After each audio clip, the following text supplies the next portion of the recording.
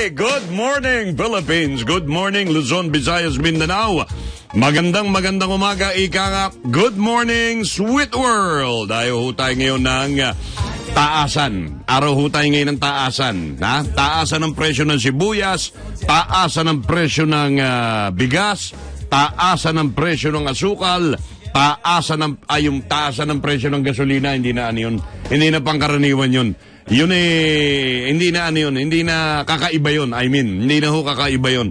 Yan ho every Tuesday. Wala na ho tayong magagawa ron. Pero sa kabila ho niyan, ika nga patuloy ho ang ating buhay-buhay sa araw-araw.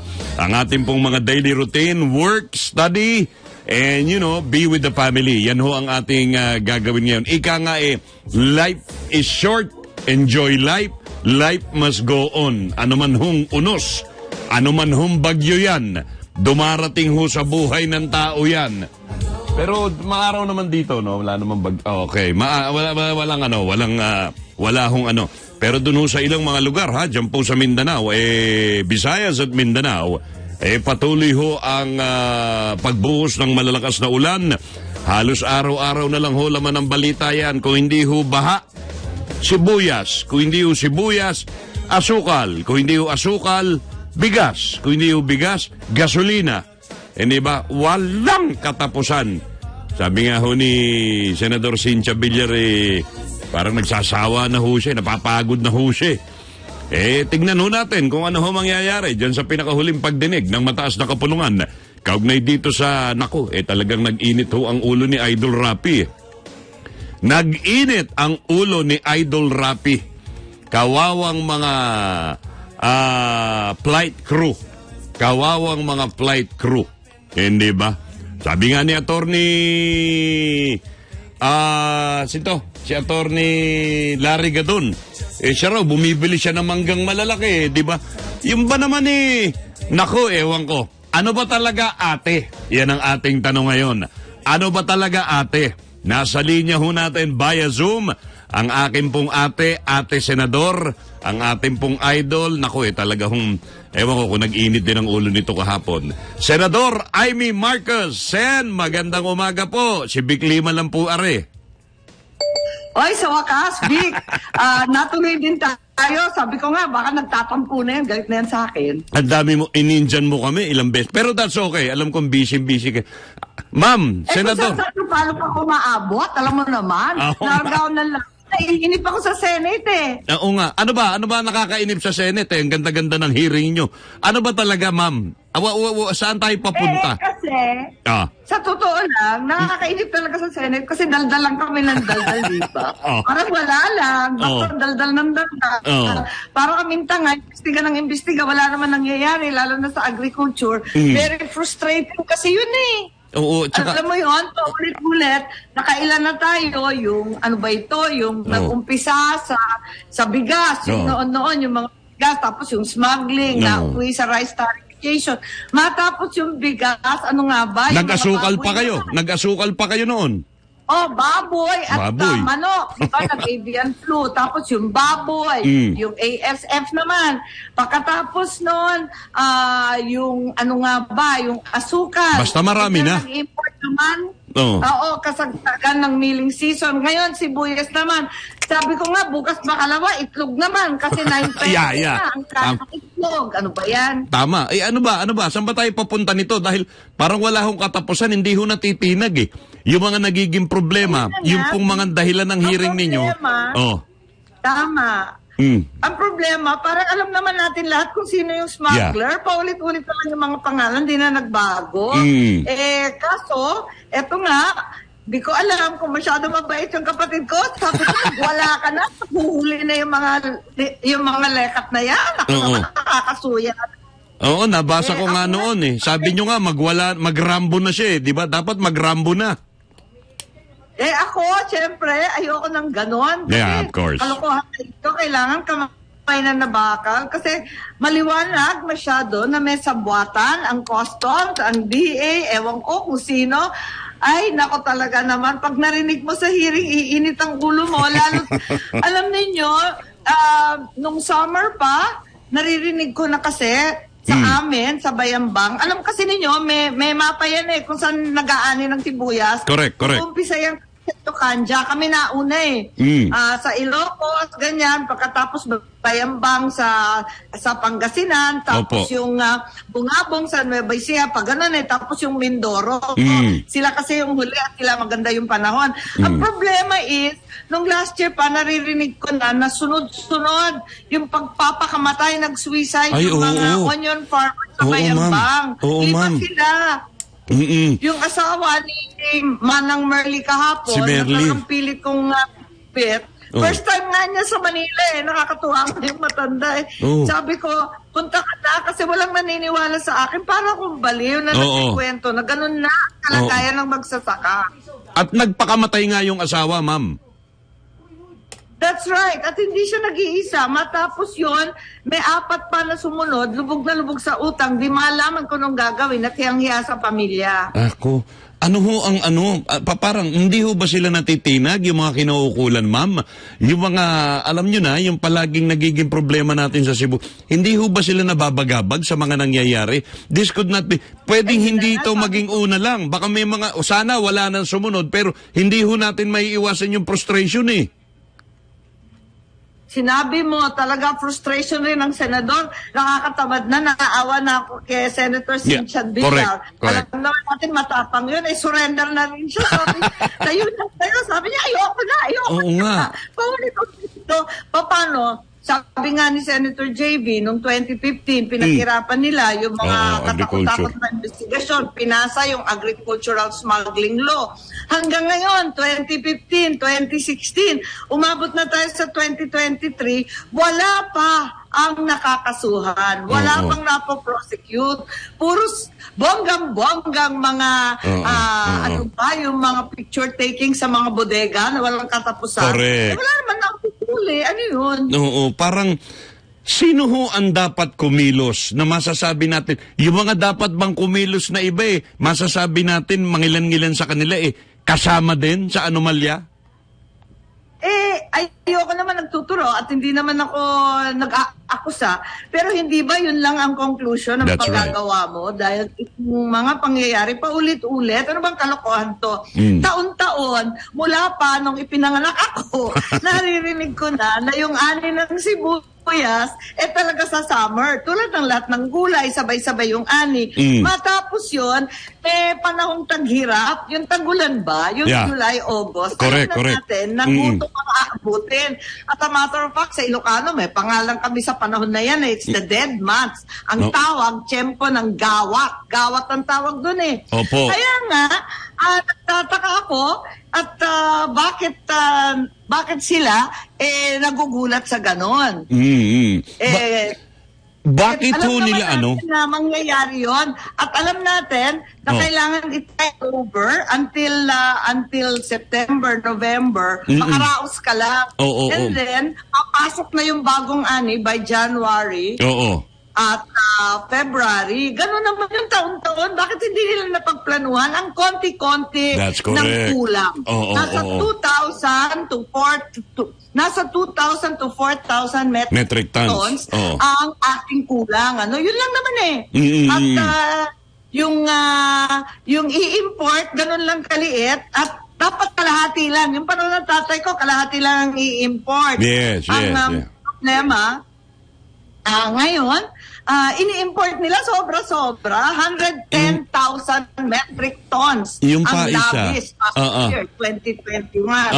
Hindi mo na nga maintindihan kasi yung nag-i-import siya rin, yung smuggler siya rin, yung trader, ano ba yun? Talaga pinapatay ang farmer. At saka hindi ko maintindihan, Senador, bakit during the time na harvest season ng sibuyas, ipinipilit, iginigiit nila na mag-import ng isang katutak na sibuyas.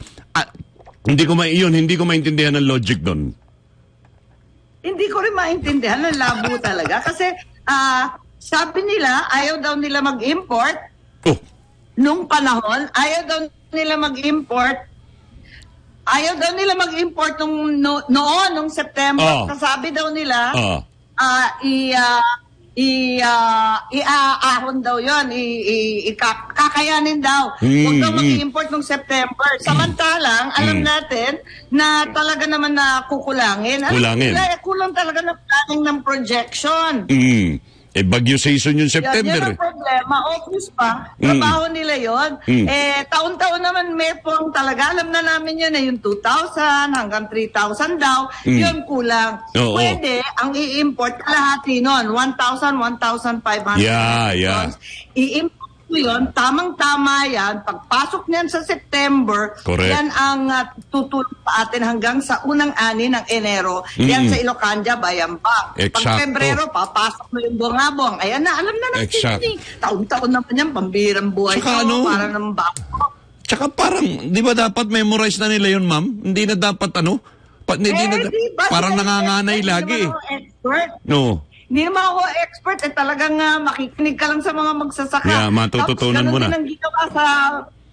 Ganon din ang ginawa sa asukal. Yeah. Asukal.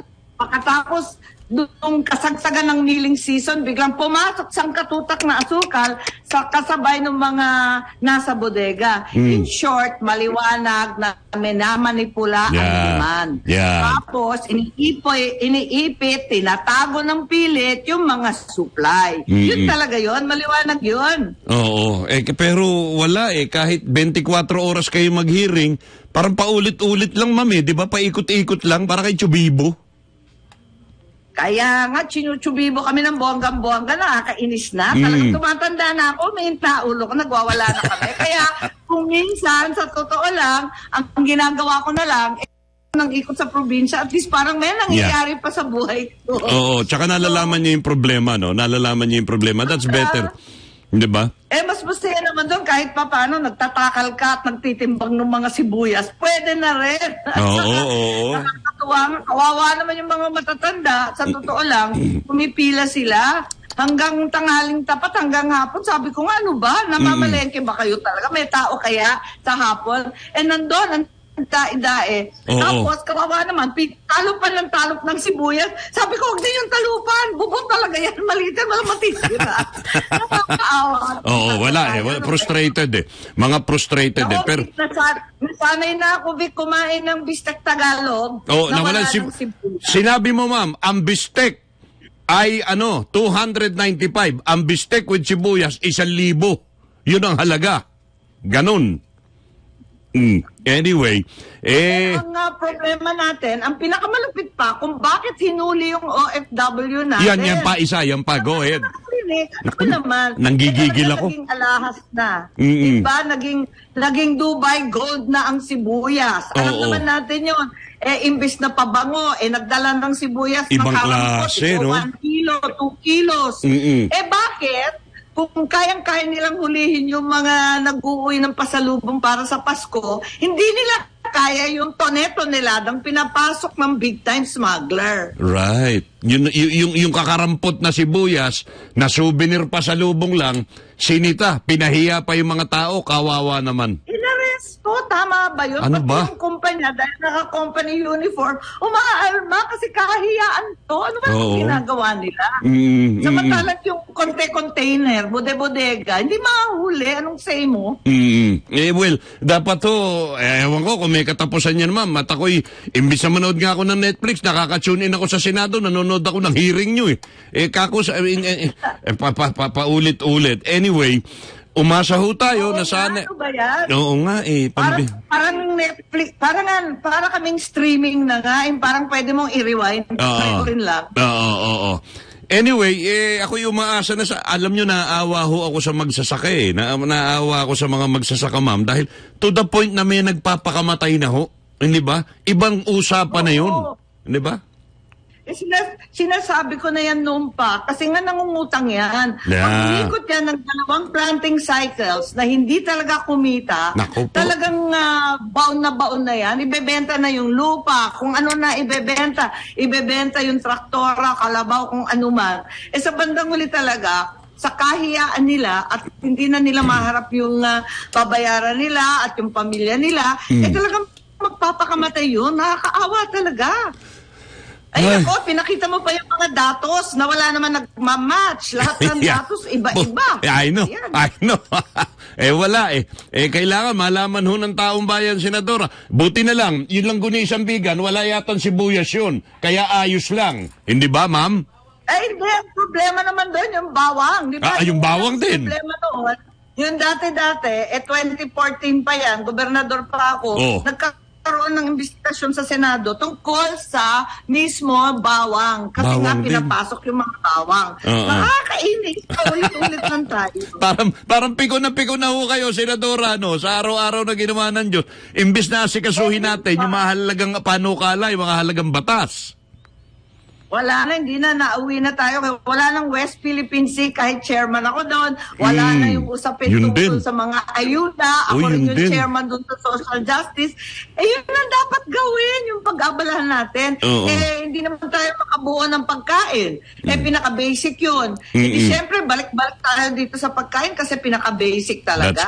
That's correct. Anyway, Senator Amy, as always, nice talking to you. Dahil po namin napulot at umaasa po kami. Sana po mabigyan solusyon to. At yan pong sibuyas, nakakagulat. Pilipinas, walang sibuyas. Ano ba yan? Parang nagkakalokohan, di ba? Di ba? Wala akong, kagagawa ko lang ng cookbook, wala akong alam lutuin na walang sibuyas. Kasi parang Holy Trinity yan ng lahat ng nanay, lahat ng lola. Pag magigisa ka, tatlo yan eh. Bawang, sibuyas, at kamatis. Kapag may wala, nako, iba na yung lasa. Yun nga daw hong kantang Bahay Kubo, wala na, hindi na kinakantay. Wala na hong laman eh, na mga halaman. Wala na. Ay, nako. Senator Amy, salamat salamat. Naanod na. Cool ka lang. Naman tayo. Thank you, ma'am, thank you. Maraming salamat, pero kahit papano, kung hey Pachoy. Ay, oo nga. Oo, katatapos lang. Pagkatapos marami pa rin tayong holidays kahit paano. Ay, nako, mabuti na masayahin ng Pilipino kahit gutom. I know. Thank you, Senadora Amy. Mabuhay ka. Thank you, Nick. Thank you, Senadora Amy. Oo nga, tama yun, sinabi ni Amy. Matik yun, basic yun. Pag nag-gisa ka, mag-gisa ka na. Alam mo na, kahit kunyari, anak ka lang, mag-gisa ka na. Di ba? Sibuyas, kamatis, bawang. Ngayon, sibuyas na lang. Ay, ano na lang? Kamatis na lang. Naku, malamang magbadya pang magmahalang kamatis eh. Hindi ba? Nakakalungkot lang ho isipin. Talagang naintindihan din ho natin yung mga senador, medyo nakakasawa na para ho silang plaka, paulit-ulit, sirang plaka, paulit-ulit. Wala hong nangyayari. Why? Because some of the people na siguro, wala naman tayong tinutukoy, hindi ba? Yan naman ay mga ilan-ilan lang, mabibilang mo sa daliri yan. Yan ho ilang mga kababayan natin, nandyan lang ho yan sa paligid-ligid ay puno ng linga. Wala na, yun na lang ang kanta. Wala ng bahay kubo kahit munti. Fine, oo. Ano rin pa ng bagyo. So wala na rin yung bahay kubo kahit munti. Ang halaman doon ay sari-sari. May baha nga eh. So wala na rin yung halaman. Wala ng bahay kubo, ang halaman doon ay sari-sari. Ayun o, unang-unang babanggitin sa bahay kubo. Sibuyas, kamatis, bawang at luya. Out na rin yun. So wala na yung bahay kubo, wala na yung halaman, wala na yung sibuyas, bawang, kamatis. Sibuyas, bawang at luya. Sa paligid-ligid ay puno ng, di ba? Puno ba ng linga yon? Yung puno, tagilid pa. Malakas pa hangin. So medyo nakatabingi na. Malamang mawala na yung puno. So wala na rin sa kanta yon. Paligid puno ng linga. Kundol patola. Ano pa yung susunod? Meron pa bago magkalabas. Kundol. Yung kundol marami-rami, di ba? Kakanin yun, di ba? Kundol patola. Yan, marami yan. Ano yung susunod sa patola? Basa. Iyan ang kainama. Nakatabi ko ang mga sokmed. Nakakasupply kagad sa akin ng mga impo. Kundol, patola, upot, kalabasa, sa paligid-ligid. Di ba? Marami na hong nawala sa bahay kubo. Hindi ba? Yun hong nasa bahay kubo, nasa evacuation center na dahil nga puro bagyo. Puro ulan. Hindi ba? Kaya ho, pagpasensyahan na ho natin, sana ho maibalik lahat nung sangkap ng kanta ng bahay kubo sa normal na supply, sa normal na presyo. Hindi ba? Para mabuo natin ulit yung bahay kubo. Abay, marami hong kanta na medyo mawawala na eh. Dahil ho sa mga nangyayari ngayon. Yung kantang ano, Sugar, ta-na-na-na-ta, you are my candy. Ano, di ba? Sugar ba yun? Sugar? May kantang Sugar eh. Sugar is sweet. Yung kinanta ni Sunny Cortez nung araw, yung programa sa Channel 9. Sugar is sweet. Wala na rin yung kantang yun dahil wala nang sugar. O ano pa? Itlog. O ano itlog? Maghanap kayo ng kantang may itlog. Di ba? Maghanap. O yung ano, baka yung Indian Pana, mawawala na rin yun. Indian Pana, kakana na. Yung tatlo, mawawala na kasi. Mahal na eh. Di ba? Ay, wala na ho mangyayari. Babalik ko ang Serbisyong Lubos sa 882. Ako po si Vic Lima. Serbisyong Lubos sa 882. Ano ba yan? Yung ilog na yan. Marolete, please come in at 10:41. Go, Mar. Yes, kabayan, magtulungan tayo. Oh. Yan ang pakiusap ngayon ni Vice Mayor na Arceo. Dahil nga dito sa produksyon ng Maliputo, Kabayan Vic, na pangunahing nanggagaling ito sa dagat, itong mga fingerling sana nito. At kung tatandaan mo kahapon, kabayan, ay ang pakiusap nga ni Vice Mayor Napoleon Arceo ay itong mapalalim muli, magkaroon ng tuloy-tuloy consisting na dredging dito sa dito kabayan sa Pansipit River, which is diyan dumadaan ngayon kabayan itong mga Maliputo. At sa ngayon, bukod sa naharangan ito ng maraming mga kabayan ng mga water lilies, at ang ilan ay meron pang naglalambat dito na nahuhuli itong mga pumapasok na Maliputo. Yung maliliit.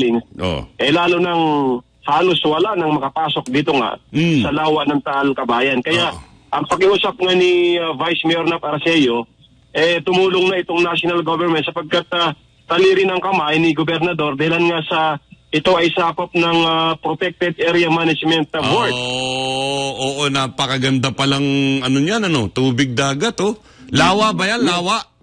Lawa ito, kabayan. Maganda. Itong Pansipit River. Pansipit. Maganda ito, kabayan. Unang naging proyekto dito nung alkalde pa itong si Vice Mayor na Arceo ay talagang ipaglaban, tanggalin yung mga fish cages. Oo nga na mga Chinese pa yung naglagay dyan nung araw. Pero sa pakiusap niya, natanggal ito dahil kung hindi natanggal yung mga fish cages, wala. Baklad, lalong walang dadaanan, kabayan, kahit mga motor. Papasok at palabas na ang So, okay. Let us make the long story short. Saan ang gagaling ang mga Maliputo? Mga fingerlings malilit. Saan ang gagaling originally yan? Galing nga, kabayan, sa Lemery, ng Lemery at Balayan Bay. Okay. Yes, kabayan. Kaya ngayon ay ang BIPAR ay tumutulong na lagyan na lamang ng mga fingerlings to panapanahon upang nang sa ganoon hindi nga mawala itong mga produksyon ng Maliputo. Yes, kabayan. Kaya ngayon yung pakiusap niya sa national government na tulungan sila sa pamamagitan ng PAMBI na ituloy yung pagdedredge sapagkat nung pagdedredge ng Pansipit River, kabayan. Dahil mababaw na. Kabayan. Okay. Yes, at Pansipit is Pansipit in San Nicolas? Yes, kabayan. Okay. Pansipit ay lalagpas siya ng Lemery. Okay. At may bahagi din niya ng Taal, Batangas. Okay. So, yan yung pakiusap ni Vice na Arceo. At ngayon, makakapanayam mo yan, kabayan, si Vice Mayor na Arceo, na kung saan ay sumang-ayon siya na siya ay makapanayam ngayon ng programa mo, yung Servisyo 882. At siya mismo ang maglalahad kung paano itong kanyang gagawing pakiusap. Sige. Tulungan natin si Vice. Yes, kabayan. So, yung ating live report mula rito sa Batangas at tuloy-tuloy yan sa iyong panayam kay Vice Mayor na Arceo. Yes. Ito si Marolete nagulat sa pilang may tono lakas DWIC. Alright. Salamat, Marolete, Batangas. Magandang umaga po. Vice Mayor Napoleon Nap Arceo, San Nicolas, Batangas. Kabayan, magandang umaga po, Vice. Umaga po rin po, sir. Serving. Opo. Ako'y naantig nung malaman ko may problema sa Maliputo. Ano ba ang kailangan ninyong tulong? Ano ba ang panawagan po ninyo? Siguro paratingin na natin sa national government, Vice, ano? Yan po, napakaganda po niya. At alam naman namin na una ay wala namang kakayanan itong ang aming bayan, being a fifth-class municipality. At so hindi surrounding municipality. Ay hindi rin naman kaya magpa-dredge niyan. It is the national government, national agency, na matulungan kami mapalalim ng aming pansipit. Oo. As of now, ay barado na po. Sa maraming water lily, hindi na ho makatuloy yung daloy ng tubig. Pacific River, sa inyo pong kalaman, ay that is the outlet of the lake. Ang Maliputo naman, Fingerlings, ay from Batayan Bay, pumapasok po diyan sa tagiliran ng dumadaan ng Pacific River. Barado na po yung porsyon ng Taal. Ngayon ho, Vice, na mabababaw na yung Pansipit River, ano nagiging problema? Naantala yung mga fingerlings? Yes, wala na hong makapasok na fingerlings. Dahil mababaw na. Mababaw po, darating ho ang araw, economic-wise po, ay mawawala na tayo ng Maliputo unless maghulog-uli ang Bureau of Fisheries ng fingerlings ng Maliputo dito sa aming bayan. Sa inyo na mismo, hindi na doon sa pinanggagalingan, sa Pansipit na mismo ilaglag. Ay, ang akin ng paniwala, as of now, ay ang nahuhuling Maliputo rito ay that is a part of what the Bureau of Fisheries na inihulog sa aming fingerlings. Lumalaki ho na konti, malaki-laki na ho ngayon. Darating yung araw, mawawala na ho tayo ng Maliputo. Dahil yan po ay hindi naman dito sa freshwater, dito sa amin, sa tayo. Yan ho bang pagdedredging, Vice? Yan ho ba'y pina-estimate nyo na, pina-survey nyo na? I mean, kailangan ba, masyado bang mababaw na? Matagal ba magiging trabaho niyan? Talaga po mababaw at barado na po. Barado na po. Ngayon, ako lagi ako naglalabi sa provincial government natin through Governor Mandanas. Ano sabi po ni Gob? Ang sabi niya, ay considering that ito ay ng PAMBI, ano man hong activities na gagawin namin dito sa Pacific River ay kinakailangan ay sanctioned by the PAMBI, yung Protected Management Board. Napakarami yung recutitos nun. Wala naman ho kayong masamang gagawin sa ilog, kundi ipadredging. Sir, definitely, sir.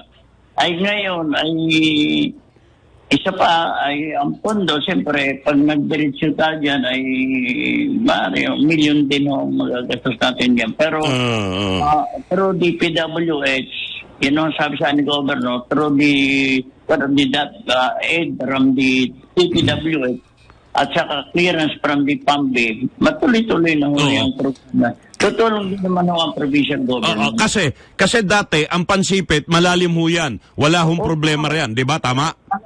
Hindi ho kayo makakaliban ng walang hindi kayo magbabalsa. Okay.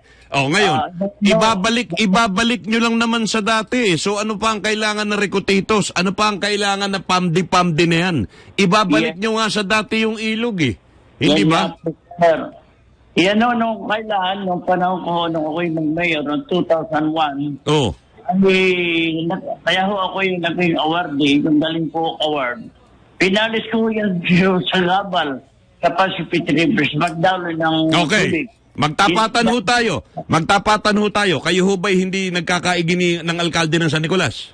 Abay, takong ko siya. Ang kapatner ko. Okay. Kasi baka kako kasi may problema ron. So dapat pagtulungan nyo ni Mayor tsaka ni Governor. Kasi katulong nyo ho kami. Naku, alam nyo ho, Vice Mayor talagang pag nakakarinig ako na Maliputo, nanginginig na ako Sasabik. Di ba? Parang tulungan namin kayo. Ano ba ang kailangan sa PAMDI? Kailangan ba ng isang bodegang papeles? Kasi ang nakikita ko, Vice, ibabalik nyo lang sa dati yung dating usefulness ng ilog. Ngayon, hindi mo navigable yan. Wala nang bangkang maaaring tumuloy hanggang sasayad. Ay, wala nga mabubuhay na isda riyan. Sarado na ho yung nasa may... Ano ho ang dahilan at nagkaganon? Ay, hindi nga po na-dredge yan. Hindi na-dredge. Kailangan mo kung maaari. Say, every year or every 2 years. So, simple, Vice Mayor, ang solusyon, dredging. Wala pong dilit iba kung hindi dredging. Ay ngayon po, marami na hong mga water lily na bumabara na. Madali yun. Napapanaho yung current na tukuan yung gano'n. Alright, sinubukan nyo na ho ba ni Governor na makipag-usap sa PAMD? Dati ho siya ang head ng PAMD.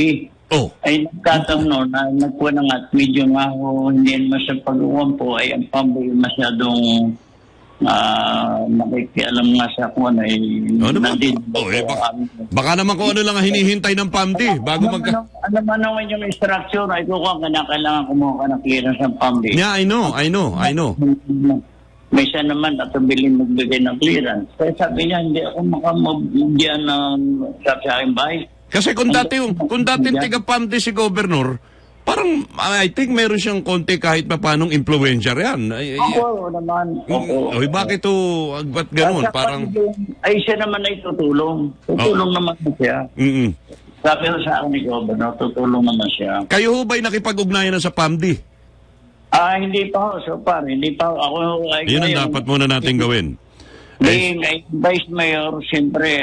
Siyempre, kortesiya kay Mayor. Po diyan ng PAMD ay ang mga mayor. Okay. Kaya akin din naman sinasabi sa akin, Mayor, ay talaga ko natin. Naintindihan ko. Ang gusto namin talaga ay dredging. Simple nga Simple nga lang ang gusto nyo, Vice. Ma-dredging lang para manumbalik yung dating usefulness, yung dating pakinabang nyo sa Ilog Pansipit, di ba?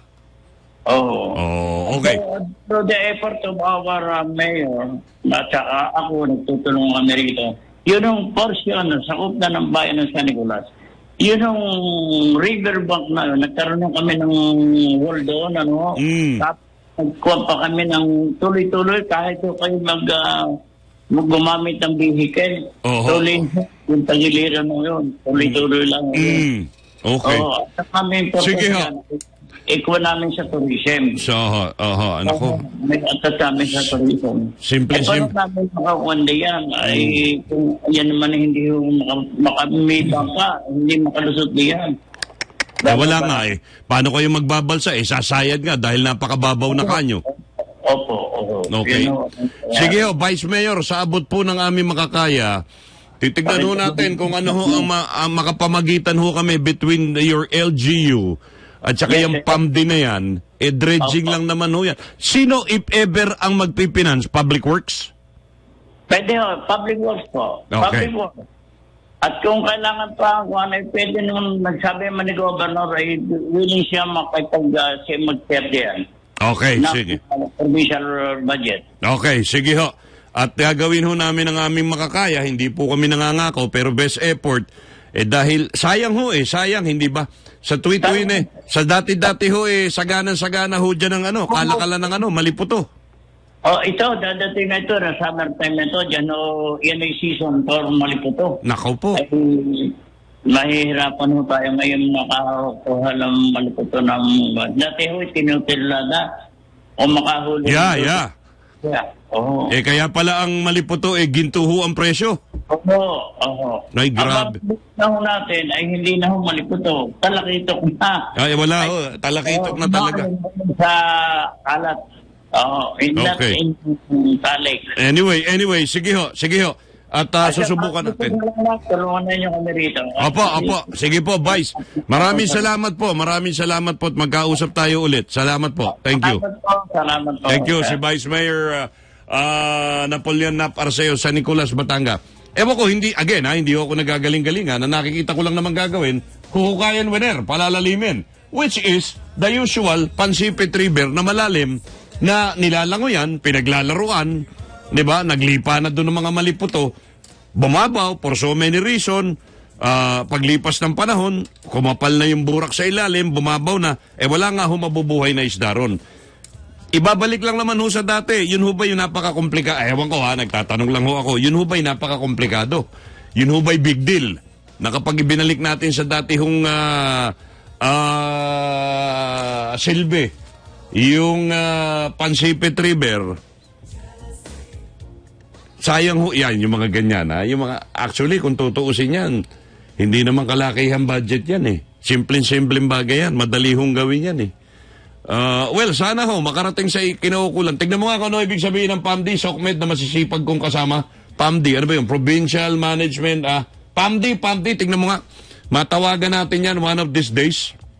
Yan ang maganda, pagkatabi ko yung SOCMED, ang bilis, ano? Napakabilis. Hindi ba? Matulungan lang ho natin. Siguro doon din ho sa mga lugar na... Oy, nakita mo yung sa YouTube, yung national anthem natin sa ICTV, yung pambansang awit. Iyon ang sinasabi ko, matagal na sa Department of Tourism. Naalala ko lang, biglang pumasok sa isip ko. Bayang Magiliw, yung mga scenery, may pangalan kung saan yun. Diba? Doon ko nakita yung pinagshootingan ng probinsyano sa Santa Maria, Ilocos. Yung kulay bato na may waterfalls, kulay puti yung bato. Ganun ho sana, Department of Tourism. Walang kapag-pag-asa. Lagyan nyo ng label kung saan yung lugar na yon. O ngayon, yung mga nakakaintindi. Ano yun? Pansil ba? Pansil Falls, Santa Maria, Ilocos. O, i-google. O, pupuntahan mo ngayon, madidevelop, matutulungan natin yung kababayan natin, yung tourism industry natin, na dagsain ng mga local tourism. And yet, baka makita ho sa abroad yan. Ano pa ba nakita ko ron? Yung sa Bohol, ang dami hong magaganda. Maria Cristina Falls, nakita ko rin yun. Atin yun, di ba? Yung national anthem sa ICTV na may video, yun, minsan ipalabas natin yun, kahit walang audio. Hindi ba? Ikikwento ko lang. Yun ang sinasabi ko. Sana i-mandatory po ng, well, I don't know kung pwede yun, Department of Tourism or DTI, yung mga commercial sa TV ng mga scenery, lagyan nyo ho ng label saan ho yun. Para magka-intereso ang Pilipinas. Tinutulak ho natin yung tourism. Wala kang alam gawin, winner, kundi mag-ribbon cutting, Doon lang kita nakikita, Sa ribbon cutting, Mag-i-English. Hindi ba? Dapat ho, tinatrabaho natin yung ganun. We are trying to promote tourism in the Philippines. Makakakita ka ng magandang scenery sa TV. Saan yan? Lagyan mo ng pangalan yun. Simple. Maria Cristina Falls. Maria Cristina, sa Lanao pala yun? Lanao ba? Tama. Yung falls na yun, yung pinakita sa probinsyano. Hindi ba? Sayang ho That, it's one way of helping promote yung mga tourist spots ho ng Pilipinas. Nandun yung Bohol.